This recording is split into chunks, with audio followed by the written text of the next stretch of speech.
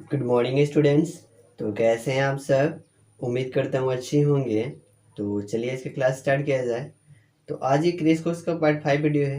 इस वीडियो में हम लोग क्वेश्चन नंबर 8 देखेंगे, जो कि बोल रहा है कि 3 मापदंड 64 सेंटीमीटर, 80 सेंटीमीटर और 96 सेंटीमीटर लंबाई के हैं।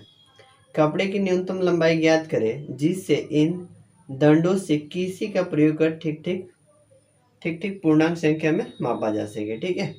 तो इस ये जो क्वेश्चन है ये चैप्टर 1 यानी कि वास्तविक संख्या से रिलेटेड है। ठीक है। तो चलिए इस क्वेश्चन को हम लोग हल करते हैं। बोल रहे हैं 3 को मापदंड दिया है, एक ये दिया है, एक ये दिया और एक दिया है। मान लेते हैं कि यहाँ पर हमारा एक ये 64 सेंटीमीटर का हो गया और ये हो गया आपका 80 सेंटीमीटर का और तीसरा जो है 96 सेंटीमीटर का। 3 को मापदंड है हमारे पास। ठीक है। और इससे क्या करना है कि एक कपड़े की लंबाई ज्ञात करना है। एक कपड़े की लंबाई कुछ भी हो सकता है। ठीक है। मान लेते हैं कि इतना लंबाई का हो गया। ठीक है। तो इससे भी नापे तो हम लोग ये पूरा पूरा नापा दें, यानी कपड़ा शेष नहीं बचना चाहिए। ठीक है। ये पूर्णांक संख्या में होना चाहिए कि ठीक है, दशमलव संख्या में नहीं होना चाहिए, ये पूर्णांक में हो जाना चाहिए पूरा पूरा। यानी कि 64 से इस कपड़े की जो लंबाई है उसमें भाग देंगे तो पूरा पूरा कट जाना चाहिए। फिर 80 से भी हम लोग इस कपड़े की लंबाई में भाग देंगे तो पूरा पूरा कटना चाहिए। फिर 96 से भी इस कपड़े की लंबाई में हम लोग भाग देंगे तो ये पूरा कट जाना चाहिए। ठीक है। तो इस क्वेश्चन का आने का मतलब ये है कि ये जो कपड़ा है इसका लंबाई हम लोग को निकालना है, ये जो है इसका ही लंबाई हम लोग को निकालना है। तो इसे निकालने के लिए हम लोग क्या करते हैं, तो इन तीनों संख्याओं का एलसीएम निकाल लेते हैं। ठीक है। तो चलिए इसको एलसीएम निकालते हैं। तो एलसीएम निकालते हैं हम लोग किस विधि से, तो अभाज्य गुणनखंड विधि से। यहाँ पे 64 हो गया, 64 को 2 से ले जाएंगे तो ये कितना हो जाएगा, तब 32 हो जाएगा। फिर 2 से जाएगा तो ये 16 हो जाएगा। फिर 2 से जाएगा तो ये आपका 8 हो जाएगा। फिर 2 से जाएगा तो ये आपका 4 हो जाएगा। फिर 2 से जाएगा तो 2 हो जाएगा। ओके, अब नहीं जाएगा।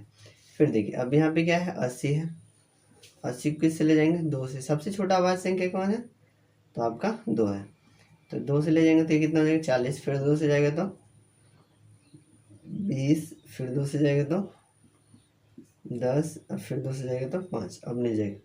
और फिर यहाँ पे 96 इसको ले जाएंगे 2 से तो ये कितना हो जाएगा, ये आपका 2 से जाएगा तो ये हो जाएगा 4। यहाँ पे 8, 48 हो जाएगा। फिर 2 से जाएगा तो ये 24 हो जाएगा। फिर 2 से जाएगा तो 12। फिर 2 से जाएगा तो 6। फिर 2 से जाएगा तो 3 हो जाएगा। इस तरह से ये होगा। ठीक है। तो यहाँ पर हम लोग लिख सकते हैं 64 इज इक्वल टू, इसमें देखेंगे 1 2 3 4 5 6 सब 2 है। 2 के 2 6 को है, 2 गुना 2 गुना 2 6 टाइम्स करेंगे। इसे ऐसे 2 के पावर 6 लिख देंगे। ओके। फिर देखिए यहाँ 80 इक्वल टू कितना लिखेंगे, तो ये लिखेंगे आपका 2 के पावर 4, क्योंकि 2 2 4 टाइम्स है। ठीक है। तो 2 के पावर 4 इंटू 5 हो गया। फिर ये कितना है, तो 96 है। तो 96 इक्वल टू कितना लिखेंगे, 1 2 3 4 5, 2 के पावर 5 इंटू 3। ठीक है। ये चीज़ हमारे पास इतना हो गया। ठीक है। हम लोग क्या निकालना है, तो इसके एलसीएम निकालना है। आप लोग पहले ही बता चुके हैं कि क्या करना पड़ता है इसमें। ठीक है। तो इसके एलसीएम निकालेंगे, तो एलसीएम निकालने के लिए हम लिखेंगे एलसीएम ऑफ 64 80 एंड 96। ठीक है। इक्वल टू कितना, एलसीएम निकालना आप लोग बता चुके हैं पहले ही क्लास में। ठीक है। तो सबसे पहले देखते हैं इसमें कौन कौन सी संख्या है। इसमें भी 2 है, 2 इसमें, 2 इसमें भी है। ठीक है। तो पहले तो 2 लिख लेते हैं हम लोग। अब 2 के पावर सबसे ज़्यादा किस में है, तो 2 के पास 600 से ज़्यादा इसमें है, तो इसी को लिखेंगे। ठीक है। और फिर इंटू करेंगे। फिर देखेंगे 2 के बाद क्या, अब 3 है, तो 3 इसी में सिर्फ, अब किसी में नहीं है, तो 3 तो एक ही है, 3 तो 3 ही लिखेंगे। ठीक है। अब 3 के बाद क्या है, 5 है, तो 5 लिख देंगे। ओके। अब इसको मल्टीप्लाई कराएंगे हम लोग। तो मल्टीप्लाई कैसे करेंगे, देखिए 2 के पावर 6 का मान कितना आया है, तो वहाँ देखिए 2 के पावर 6 का मान आया आपका 64 आया। ठीक है। तो वो तो 64 हो गया, ये हो गया 64। और गुना कितना है, ये 5 3 का 15, तो 64 गुना 15 हो जाएगा। अब 64 में 15 से हम लोग क्या करेंगे, तो गुना कराएंगे। ठीक है। आप लोग दिख रहा है, चलिए दिख रहा है, अच्छी बात है। तो 64 में जब 15 से गुना करेंगे तो ये आपका हो जाएगा 15 चौके 60 का 0, हाथ में हुआ 6। अब 15 छः का 90, 90 छः कितना हो गया 96। कितना है इसका एलसीएम, तीनों संख्या में कितना है, 9 से 60, 9 से 60 है। ठीक है। तो एलसीएम ही हमारे का लगेगा, उस कपड़े की लंबाई का लगेगा। ठीक है। तो क्या लिख देंगे यहाँ पे, लिखेंगे अतः कपड़े की लंबाई कपड़े की लंबाई बराबर 960 सेंटीमीटर। ये हमारा क्या हो जाएगा, आंसर हो जाएगा। ठीक है, तो उम्मीद करते हैं ये क्वेश्चन आप लोगों को समझ में आ गया होगा। अगर समझ में आ गया तो आप लोग इसका स्क्रीनशॉट ले लीजिए, और इसी क्वेश्चन से रिलेटेड आप लोग को 2 क्वेश्चन और दे रहे हैं, उसको आप लोग समझ लीजिए। ठीक है, सबसे पहले तो यहाँ पे देखिए एक क्वेश्चन लिखा होगा यहाँ पे, इसको पहले पढ़ के आप लोग समझा देते हैं। ये बोल रहा है कि 3 पात्रों में 27 लीटर, 36 लीटर और 72 लीटर दूध है। कितना लीटर दूध है? यहाँ तक ये क्वेश्चन सोल्यूशन हो गया। अगला क्वेश्चन जो 2 नंबर है इसको समझिए। एक है 27 लीटर, दूसरा मापदंड कितना है 36, आपका 36 है ना, 36 लीटर, और तीसरा कितना है तो 72 लीटर है।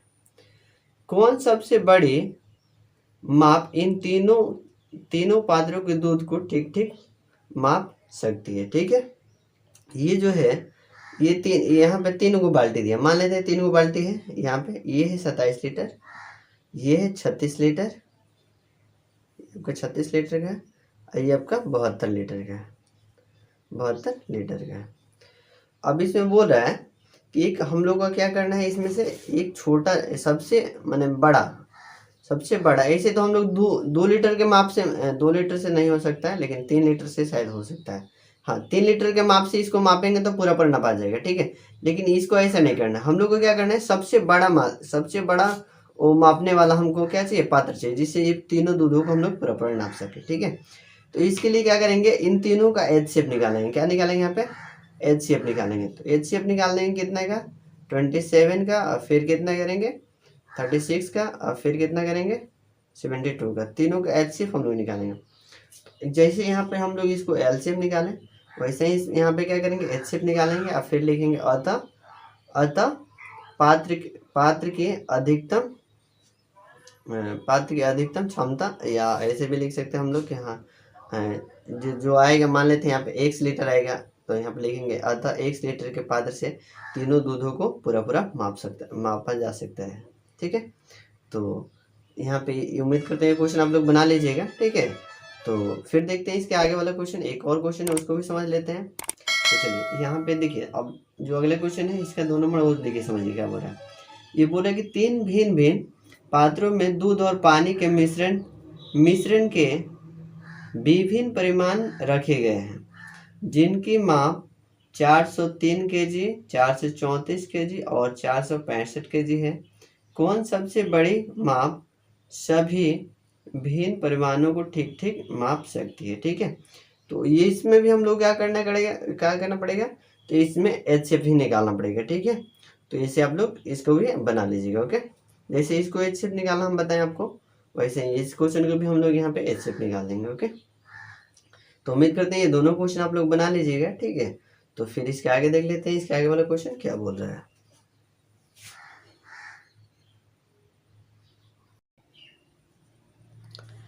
तो आइए देखते हैं ये जो अगला 9 नंबर क्वेश्चन है क्या बोल रहा है। तो ये बोल रहा है कि व्याख्या करें कि 7 × 11 × 13 + 13 एक भाज्य संख्या है। ठीक है, इसे हम लोग क्या दिखाना है कि इसको ये एक भाज्य संख्या है। ठीक है, तो चलिए इसको हम लोग हल करते हैं। इसे हल करने से पहले एक एग्जाम्पल हम लोग देख लेते हैं। ठीक है, इससे मान लेते हैं यहाँ पे 3 दिया है, यहाँ 5 दिया है, यहाँ पे 7 दिया है, अब प्लस में दिया है 7। ठीक है, तो यहाँ पूछे कि ये भाज्य संख्या है बताइए, तो यहाँ पे ये भाज्य संख्या नहीं है। क्यों? क्योंकि देखिए यहाँ पे प्लस का साइन दिया हुआ है। ये बोलता है भाज्य संख्या कब होगा, जब किसी भी संख्या को हम लोग अभाज्य गुणनखंड के रूप में कर देंगे उसको। ठीक है, अभाज्य संख्या को गुणनफल के रूप में कर देंगे तो वो क्या कहलाएगा, भाज्य संख्या कहलाएगा, अदरवाइज नहीं कहलाएगा। तो यहाँ पर देखिए, यहाँ पे तो ये गुणनफल के रूप में है। ठीक है, अभाज्य संख्या भी है, ये 3 अभाज्य संख्या है, 5 भी अभाज्य संख्या है, दोनों गुणनफल के रूप में, 7 भी है। ठीक है, लेकिन ये जो 7 है ये प्लस में दिया हुआ है, तो यहाँ पे ये भाज्य संख्या नहीं है। तो इसे हम लोग क्या करना पड़ेगा, तो इसी को हम लोग गुना के रूप में ला देते हैं। प्लस का साइन है ना, यहाँ पे गुना का साइन ला देंगे तो क्या कहलाएगा, ये भाज्य संख्या कहलाएगा। ठीक है, तो इसे कैसे लाते हैं, चलिए इस क्वेश्चन को हम लोग बनाएंगे तो समझ जाएंगे। ओके, तो चलिए सबसे पहले तो इसको मान लेते हैं कि संख्या ए है। बोलेंगे माना कि चाहे मान लिया कि ए बराबर कितना है, 7 × 11 इंटू 13 प्लस 13 है, ठीक है। इस चीज़ को हम लोग मान लिए, ठीक है। अब क्या करेंगे, इसको देखिए दो पार्ट में ये होगा। यहाँ पे देखिए, यहाँ से एक पार्ट और ये प्लस वाला एक पार्ट इधर, ठीक है। प्लस के इधर वाला एक पार्ट और प्लस के उधर वाला एक पार्ट, तो ठीक है। अब इसमें देखिए 13 यहाँ पर भी है, 13 यहाँ पे, दोनों में से 13 हम लोग क्या करेंगे, कॉमन ले लेंगे। कॉमन निकल गया तो बचेगा यहाँ पे 7, फिर इंटू बचा, फिर कितना बचा, तो 11 बचा, ठीक है। आप प्लस देंगे और फिर ये 13 को कॉमन ले लिए तो क्या यहाँ पे बचा है, तो 1 बचा है, ठीक है। तो अब अभी इसको देखिए क्या करेंगे, यहाँ पे देखिए 13 का 13 रह जाएगा। अब इसको गुना करेंगे, 11 में 7 से में 11 से करेंगे तो 11 से 77 होता है, अब प्लस में 1 हो जाएगा। अब ये कितना हो जाएगा, तो यहाँ पे 13 हो गया, यहाँ पे 77 और 1 78 हो गया, ठीक है। ये भी अभी भाज्य संख्या के रूप में नहीं, क्योंकि देखिए यहाँ पे ये जो है अभाज्य संख्या नहीं है, क्योंकि 78 तो क्या है, सम संख्या है। तो इसको भी हम लोग क्या करेंगे, तो इसका अभाज्य गुणनखंड कराएंगे, तो 78 को अभाज्य गुणनखंड कराएंगे। इसको रफ में कराना है, ठीक है। ये जो कर रहे हैं इसको रफ में कराइएगा। तो ये 2 से जाएगा तो कितना हो जाएगा, यहाँ पे 3 हो जाएगा, फिर 9 हो जाएगा, फिर 3 से जाएगा तो यहाँ पे 1 हो जाएगा, फिर कितना हो जाएगा, यहाँ पे 3 हो जाएगा। अब ये नहीं जाएगा तो ये आपका हो जाएगा, ये हो गया 13, ये 13 का 13 रहेगा। 78 को तोड़ा तो कितना हो जाएगा, तो 2 हो जाएगा, फिर गुना हो जाएगा, फिर 3 हो जाएगा, फिर कितना हो जाएगा, तो 13 हो जाएगा। इस तरह से क्या हो गया, ए का मान जो आया कितना आया, तो 13 गुना 2 गुना 3 गुना और यहाँ पे 13 आया, ठीक है। देखिए 13 भी एक अभाज्य संख्या है, 2 भी एक अभाज्य संख्या है, 3 भी अभाज्य संख्या और 13 भी अभाज्य संख्या, ठीक है। और साथ ही साथ ये क्या है, तो चारों ही संख्या क्या है, गुणनफल के रूप में है, ठीक है। तो जब ये गुणनफल के रूप में आ गया तो यहाँ पर क्या कहलाएगी, ये भाज्य संख्या कहलाएगा। तो यहाँ पे लिखेंगे क्या हम लोग, चूंकि ए अभाज्य गुणनखंड, चलिए गुणनखंडों के गुणनफल गुणनफल है, ठीक है। अतः यह एक भाज्य संख्या है। कौन सी संख्या है, भाज्य संख्या है, भाज्य संख्या है। हो गया इसका व्याख्या, ठीक है। तो यहाँ पे एक क्वेश्चन बन चुका है, ठीक है। तो फिर से एक बार इसको समझ लेते हैं, ठीक है। तो भाज्य संख्या कब कहलाता है, जब कोई भी संख्या अभाज्य गुणनखंड के गुणनफल के रूप में हो तो क्या कहलाएगा, तो भाज्य संख्या कहलाएगा। यहाँ पे भाज्य संख्या नहीं है क्योंकि यहाँ पे प्लस का साइन दिया हुआ है। तो इसको हम लोग क्या किया, बनाने के लिए सबसे पहले क्या किया, जो दिया है इसको कॉमन खींच लिया। 13 इसमें भी था, 13 इसमें भी था, तो कॉमन खींच लिया। कॉमन खींच लेने के बाद इसको कोष्ट को सॉल्व किया हम लोग, कोष्ट को सॉल्व किया तो 78 है। फिर 78 को हम लोग क्या किए, अभाज्य गुणनखंड के रूप में व्यक्त कर दिए, जो कि 2 गुना 3 गुना 13 के रूप में आया। तो ये जो इतना आ जाने के बाद हम लोग लिखेंगे क्या, चूँकि ए अभाज्य गुणनखंड के गुणनफल है, ठीक है, गुणनफल के रूप में है, अतः यह एक भाज्य संख्या है। ओके, तो इतना ही लिखना है और ये क्वेश्चन बन गया। फिर देखते हैं इसके आगे, इसे आप लोग खुद से बनाइएगा, ठीक है।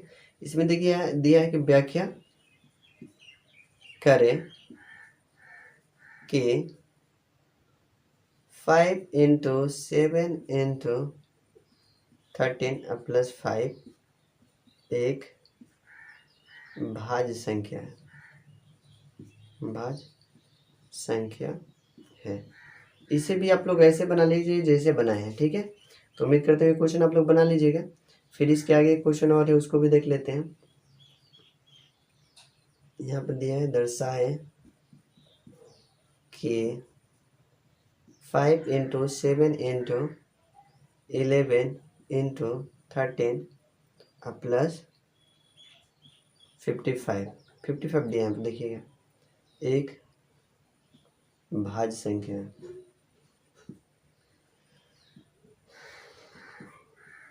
देखिए इसे तो आप लोग बना लीजिएगा इसलिए क्योंकि 5 इसमें भी है, 5 इसमें कॉमन ले लीजिएगा, ठीक है।